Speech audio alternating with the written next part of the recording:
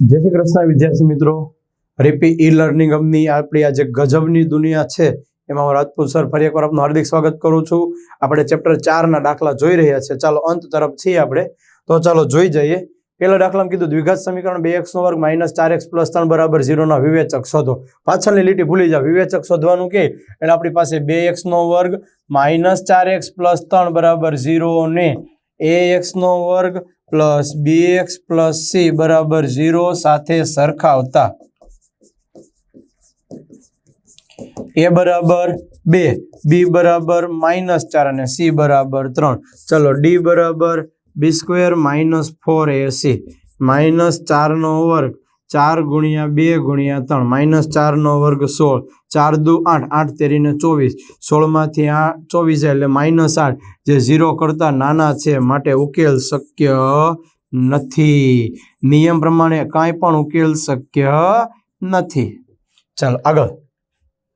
13 metre વ્યાસવાળા એક વર્તુળાકાર બગીચાની સીમા પરના એક બિંદુએ 13 મીટર વ્યાસ, ઓકે, આનો વ્યાસ કેટલો થઈ ગયો 13 મીટર। એક બિંદુએ એક થાંભલો એવી રીતે લગાવેલો જેથી આ બગીચાના એક વ્યાસના બંને અંત્ય બિંદુએ એ અને બી આગળ થાંભલો બનેલ ફાટકથી થાંભલાના અંતરનો તફાવત 60 મીટર હોય। શું આ શક્ય છે? જો આ રીતની કંઈક આકૃતિ થશે। આપણો વ્યાસ છે ને 13 મીટર, આ એ, ઓકે, અહીંયા બી અને અહીંયા બિંદુ પી। ફરી એક વખત 13 મીટર વ્યાસવાળા વર્તુળાકાર બગીચાના સીમા પરના એક બિંદુ એક થાંભલો એવી રીતે લગાવેલો છે કે જેથી આ બગીચાનો એક વ્યાસના બંને અંત્ય બિંદુ, આ વ્યાસ જ થયો ને, અંત્ય બિંદુ એ અને બી આગળ બનેલ ફાટકથી થાંભલાના અંતરનો તફાવત, થાંભલાના અંતરનો તફાવત 7 મીટર હોય। જો આ શક્ય હોય, શક્ય છે, જો હા ફાટક, તો ફાટકથી કેટલે દૂર થાંભલો લગાવવો જોઈએ। ચાલો જો આકૃતિ પરથી ધારો કે બીપી બરાબર x મીટર, આનું માપ x મીટર ધારી લો, ઓકે। હવે આ બંનેનો તફાવત આપ્યો છે। તફાવત એટલે શું? તો કે એપી માઇનસ પીબી બરાબર 7 મીટર। જો આ પ્રોપર વર્ડમાં કીધું છે। એપી નું મૂલ્ય નથી, આ x બરાબરની પહેલી સાઈડ જશે તો કેવો થઈ જશે? તો કે 7 + x મીટર। હાલ આનું માપ x, આનું x + 7 મીટર થઈ ગયું। બસ હવે અર્ધવર્તુળનો અંતર્ગત ખૂણો કેવો હોય? કાટખૂણો, કેમ કે આ વ્યાસ છે, થાય ને, એટલે અર્ધ, આ બાજુનો ભાગ અર્ધવર્તુળ થયો તો લખવાનું અર્ધવર્તુળમાં અંતર્ગત ખૂણો કાટખૂણો હોય।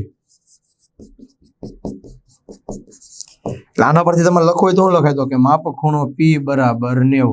તો આ તમારું કર્ણ થયું ને AB, તો કે AB નો વર્ગ બરાબર AP નો વર્ગ પ્લસ PB નો વર્ગ। AB એટલે કે 13 નો વર્ગ, AP એટલે તો કે x + 7 નો વર્ગ અને PB એટલે તો કે x નો વર્ગ। હાલ 13 નો વર્ગ 169, અહીંયા x નો વર્ગ 7 દુ 14x અને 7 નો વર્ગ 49 પ્લસ x નો વર્ગ। હાલો હવે એક કામ કરો, 169 ઘડીક રહેવા દો, x નો વર્ગ પ્લસ x નો વર્ગ એટલે 2x નો વર્ગ પ્લસ 14x પ્લસ 49 બરાબર, ઓકે, આ પ્લસ 169 બરાબરની પહેલી બાદ જાય તો કેવા થઈ જશે? -169 બરાબર 0। હાલ 2 કોમન, x નો 2x નો વર્ગ પ્લસ 14x, 169 માંથી 49 એટલે -120 બરાબર 0। હાલ 2 કોમન લઈ લે, x નો વર્ગ પ્લસ 7x માઇનસ 60 બરાબર 0। આ બે ગુણાકારમાં છે, પહેલી બાદ જશે તો કે સર ભાગાકારમાં, એટલે 0/2 એટલે જવાબ 0। એટલે x નો વર્ગ પ્લસ 7x માઇનસ 60 બરાબર 0 ને ax નો વર્ગ પ્લસ bx પ્લસ c બરાબર 0 સાથે સરખાવતા a બરાબર 1, b બરાબર 7 અને c બરાબર -60। તો d બરાબર b² - 4ac 7 નો વર્ગ -4 × 1 × -60 7 નો વર્ગ 49 માઇનસ પ્લસ 6 ચોક 24 240 240 અને કરું 200 એટલે 289 કોના બરાબર? ડી। તો વર્ગમૂળમાં ડી 289 17 નો વર્ગ છે। ચાલો ડી મળી ગયો। હવે કાંઈ નથી કરવાનું, આલ્ફા બરાબર -b માઇનસ વર્ગમૂળમાં d ના છેદમાં 2a।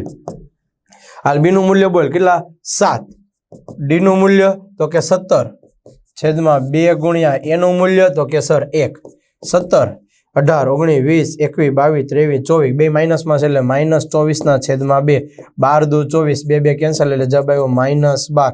આલ્ફા બરાબર લખવાનું જે શક્ય નથી. હાલ બીટા બરાબર -b પ્લસ વર્ગમૂળમાં d છેદમાં 2a માઇનસ બેઠા બી નું મૂલ્ય આપણી પાસે છે 7, આનું મૂલ્ય 17 છેદમાં 2 ગુણ્યા 1, 17 માંથી 7 જાય એટલે 10 ના છેદમાં 2 એટલે જવાબ આવી ગયો 5. કોના બરાબર? બીટા બરાબર. તો તારી પાસેથી માંગ્યું છે હું જો હા તો ફાટકથી કેટલો દૂર થાંભલો લગાવવો જોઈએ તો તારી પાસે કમ્પ્લીટલી એક વસ્તુ ખબર પડી ગઈ કે x બરાબર એટલે કે લખવાનું bp બરાબર x બરાબર 5 તો ap બરાબર 7 પ્લસ x એટલે કે 12 મીટર. ઓકે, આ તો તારા દાખલાનો જવાબ. ચાલો સમીકરણ 3x વર્ગ -2x પ્લસ 1 ના છેદમાં 3 બરાબર 0 નો વિવેચક શોધો. જો 3x નો વર્ગ -2x પ્લસ 1 ના છેદમાં 3 બરાબર 0. પેલા બધાનો છેદ સમાન કરું એટલે 3 તેરી 9x નો વર્ગ 3 દુ 6x પ્લસ 1 આખાના છેદમાં 3 બરાબર 0 એટલે 9x નો વર્ગ -6x પ્લસ 1 બરાબર 0 ગુણ્યા 3 એટલે કેટલું થઈ જાય 0 એટલે 9x નો વર્ગ -6x પ્લસ 1 બરાબર 0 ને ax નો વર્ગ પ્લસ bx પ્લસ c બરાબર 0 સાથે સરખાવતા હાલ a બરાબર તો કે 9, b બરાબર -6, c બરાબર 1. હાલ એટલે d બરાબર b સ્ક્વેર -4ac. હાલ b નું મૂલ્ય કેટલું તો કે સર -6 નો વર્ગ 4 બેઠા a બરાબર 9 અને c બરાબર 1, 36 4 9 36, 36 માંથી 36 જાય એટલે 0. તો ઉકેલ કેવા મળે? સમાન મળે ને.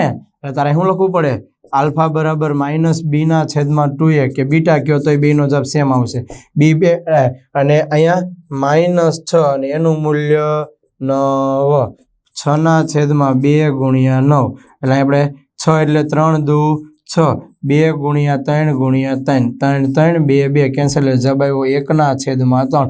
આલ્ફા બરાબર બીટા બરાબર 1 ના છેદમાં 3. ઓકે, તે પરથી સમીકરણના બીજનું સ્વરૂપ નક્કી કરો. નક્કી કરી લીધું ઉકેલ સમાન હોય. જો હા તો જો તે વાસ્તવિક બીજ હોય તો મેળવો, તો વાસ્તવિક હતા તો મેળવી દીધા. આગળ નીચે આપણા દ્વિઘાત સમીકરણના બીજના સ્વરૂપ શોધો. તેમના વાસ્તવિક બીજ હોય તો તે શોધવાના છે. એટલે પહેલા તો ને શું કરવાનું છે? ax નો વર્ગ પ્લસ bx પ્લસ c બરાબર 0 સાથે સરખાવવાનું છે. એટલે a બરાબર 2, b બરાબર -3 અને c બરાબર 5 એટલે d બરાબર b સ્ક્વેર -4ac -3 નો વર્ગ 4 બેઠા 2 ગુણ્યા અને 5 -3 નો વર્ગ 9, 4 દુ 8, 8 પંચા 40, 9 માંથી 40 જાય એટલે -31 જે 0 કરતા નાના છે એટલે ઉકેલ શક્ય નથી કેમ કે ઋણમાં કોઈ દી વર્ગમૂળ મળે નહીં. ચાલો આગળ ને ax નો વર્ગ પ્લસ bx પ્લસ c બરાબર 0 સાથે સરખાવતા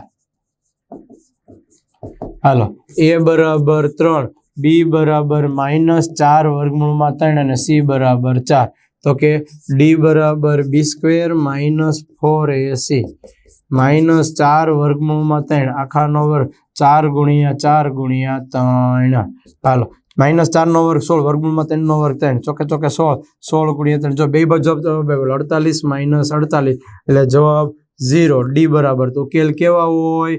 ઉકેલ સમાન હોય. એટલે આલ્ફા બરાબર બીટા બરાબર -b ના છેદમાં 2a માઇનસ બેઠા b ની જગ્યા પર લખવાનું -4 વર્ગમૂળમાં 3 2 બેઠા ને એની જગ્યા ઉપર 3. હવે જો ગણતરી બહુ મસ્ત કરવી પડશે હો. આ માઇનસ માઇનસ પ્લસ 2 દુ 4 ચાલો 4 ના ભાગ પડો એટલે 2 ગુણ્યા 2 અને વર્ગમૂળમાં 3 છેદમાં 2 ગુણ્યા વર્ગમૂળમાં 3 ગુણ્યા વર્ગમૂળમાં 3 કે 3 છે એટલે આ 2 આ વર્ગમૂળમાં 3 ઉડી ગયા એટલે જવાબ આવ્યો 2 ના છેદમાં વર્ગમૂળમાં 3. આલ્ફા બરાબર બીટા બરાબર 2 ના છેદમાં વર્ગમૂળમાં 3. ચાલો ને આને આપણે શું કરવાનું છે? ax નો વર્ગ પ્લસ bx પ્લસ c બરાબર 0 સાથે સરખાવતા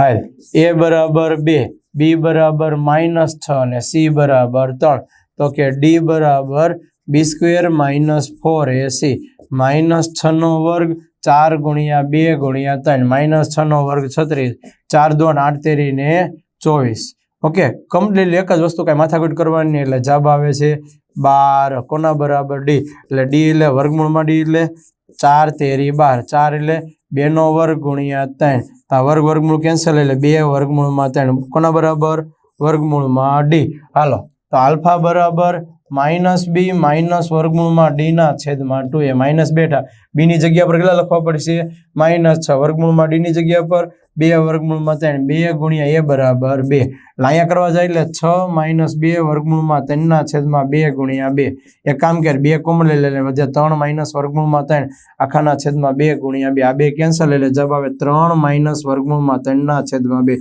કોના બરાબર આલ્ફા અને એવી રીતે બીટા બરાબર માઇનસ બી પ્લસ વર્ગમૂળમાં ડી ના છેદમાં 2a માઇનસ -6 અને વર્ગમૂળમાં ડી નો જવાબ આવ્યો આપણી પાસે 2 વર્ગમૂળમાં 3 આખાના છેદમાં 2 ગુણ્યા 2 એટલે 6 + 2 વર્ગમૂળમાં 3 ના છેદમાં 2 ગુણ્યા 2 2 કોમન લઈ લે વધે 3 + વર્ગમૂળમાં 3 આખાના છેદમાં 2 ગુણ્યા 2 2 કેન્સલ એટલે જવાબ આવ્યો 3 + વર્ગમૂળમાં 3 ના છેદમાં 2 કોના બરાબર બીટા ઓકે આ હતા તમારા સાવ સામાન્ય દાખલા બેસ્ટ ઓફ લક